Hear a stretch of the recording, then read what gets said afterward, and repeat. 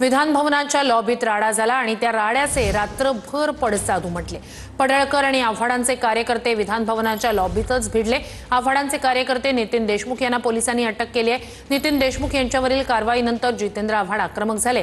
पोलिसांच्या गाडीसमोरच आव्हाडांनी कार्यकर्त्यांसोबत ठिय्या आंदोलन केलं।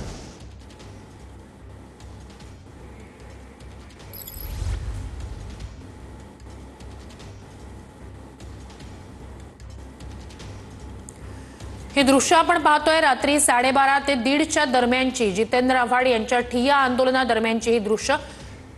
आव्हाडांचे कार्यकर्ते देशमुख यांना पोलीस घेऊन जात होते, त्यावेळेला आव्हाडांनी ठिय्या दिला, मग पोलिसांच्या गाडी खालीच ते गेलेले होते।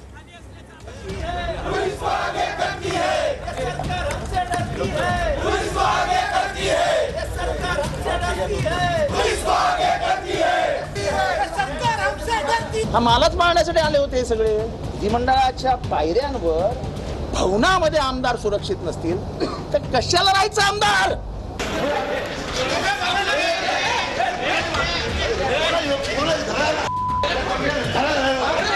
विधान भवन परिसरात झालेल्या राड्याचे पडसाद रात्रभर उमटले।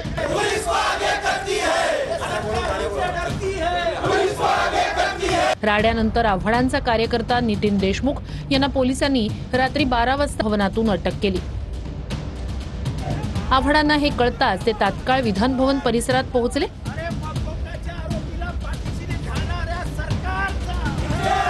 मला फोन आला, पोलीस स्टेशनला घेऊन चाललेत। काय लावलंय? आम्ही काय वेडेबिडे आहोत की काय? मारणारे 5-5 जण मारतायत आणि तुम्ही एक आणि तुमचे पोलीस त्याला वडापाव काय घेऊन जातायत, त्याला तंबाखू मळून काय देतायत। आव्हाडांनी पोलिसांच्या गाडीसमोरच ठिय्या दिला।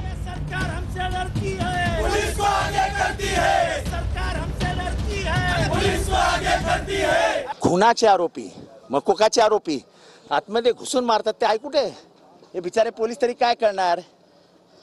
ते हुकमाचे बिचारे ताबेदार आहेत। पण मकोकाचा आरोपी लपवला जातोय, खुनाचा आरोपी लपवला जातोय, हे महाराष्ट्राला समजू द्या। आव्हाडांच्या आंदोलनाला रोहित पवारांचंही समर्थन।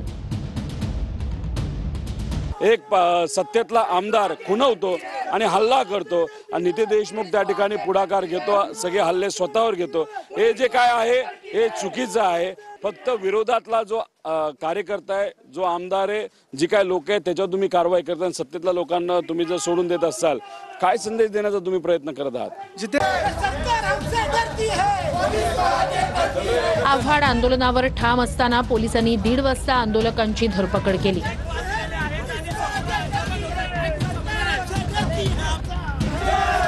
जितेंद्र आव्हाड यांनी पोलिसांची गाडी अडवून ठेवली।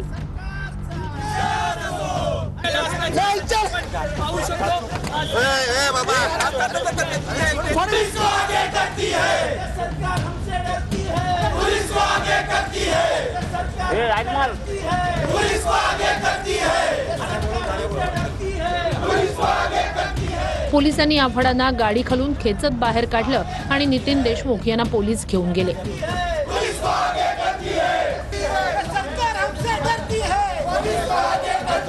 Awhad, Rohit Pawar marine drive police स्टेशनला गेले, मात्र तिथे नितीन देशमुख नव्हते।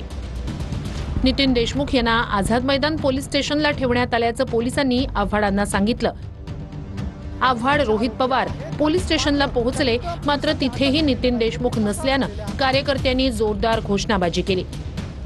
हे सध्या आपण आहोत आझाद मैदान पोलीस स्टेशनमध्ये। आपण या ठिकाणी दृश्यांमध्ये बघू शकतो रोहित पवार तसेच जितेंद्र आव्हाड यांचे कार्यकर्ते आणि हे दोघं आमदार या ठिकाणी पोलीस ठाण्यामध्ये आंदोलन करताना आपल्याला पाहायला मिळतंय। घोषणाबाजी या ठिकाणी करताय, सरकार हमसे डरती है, पुलिस को आगे करती है, अशा प्रकारच्या घोषणा या ठिकाणी करण्यात येत असल्याचं पाहायला मिळतंय। सर्व कार्यकर्ते या ठिकाणी असल्याचं पाहायला मिळतंय। आव्हाडांना कळलं की नितीन देशमुख यांना मेडिकलसाठी जे रुग्णालयात दाखल करण्यात आले। त्यानंतर आव्हाड कार्यकर्त्यांसह रुग्णालयात पोहोचले आणि नितीन देशमुख यांची भेट घेऊन त्यांची विचारपूस केली। आव्हाडांनी नंतर आंदोलन स्थगित केलं।